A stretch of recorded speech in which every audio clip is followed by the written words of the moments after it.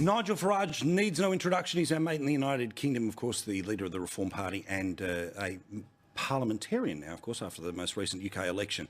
Nigel, lovely to see you. Also good to see you back on GB News as well. But I've got to ask you, one of the things that you reiterated at almost every rally when you were in the lead up to the election was that you had purged political parties of the far right, that you had gone hard against all of these people, yet amazingly and unsurprisingly, despite your proven track record of doing that, the media is trying to pull you into the worst elements of what we've been seeing in the past few days.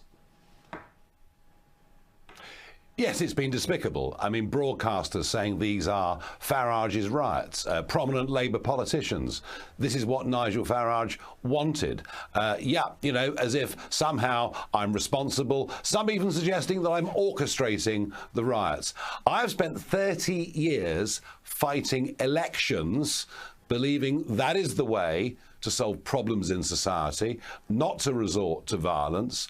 I've never gone anywhere near, I wouldn't touch with a bargepole.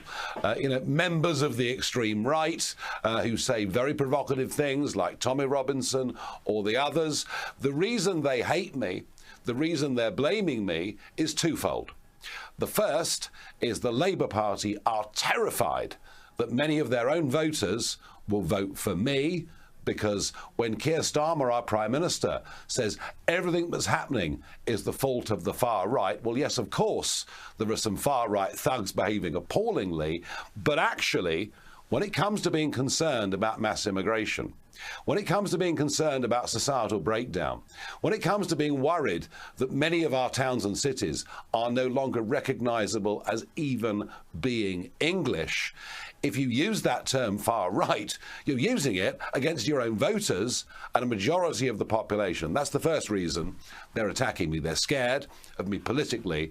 The second reason is I was right.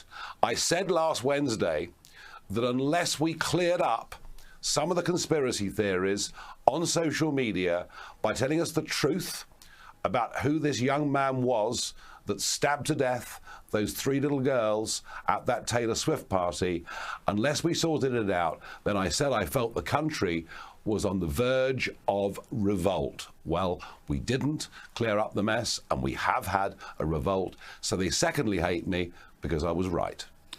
What I find so dishonest by those who, again, seek to tar the people that have spoken about a very obvious issue, right? So say illegal border crossings, right? Now, very obviously, you can have an absolute passionate view on that issue. That does not mean that you endorse somebody breaking into the places where some of those people who illegally enter the country end up. This is what I find, again, the maliciousness in and around this. I mean, we can sit here for the next 8 minutes doing what I know you've done on your show in the UK and what we've done here, which is the riots are despicable. They are not acceptable. Everyone who's involved in the violence must be held to account, just like anyone else who does it. But that doesn't mean you can't have the view about, does a country have a border and are you allowed to police it? Well, that's right. And one of the fears here, by Starmer saying we're going to crack down on the far right, we're going to use video imaging, one of the worries is that they actually try to suppress that debate even further, whilst effectively turning a blind eye to marauding gangs of masked Muslim young men walking around some of our cities in a very intimidatory way.